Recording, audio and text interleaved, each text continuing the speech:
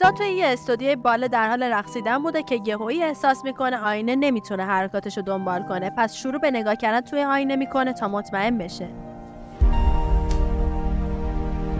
لیزا عمدن سرشو میچرخونه و بعد با یه نگاه سریع به عقب متوجه میشه که تصویرش توی آینه در حال کند شدنه. او از این موضوع خیلی میترسه و به عقب میده و یهویی وای میسته.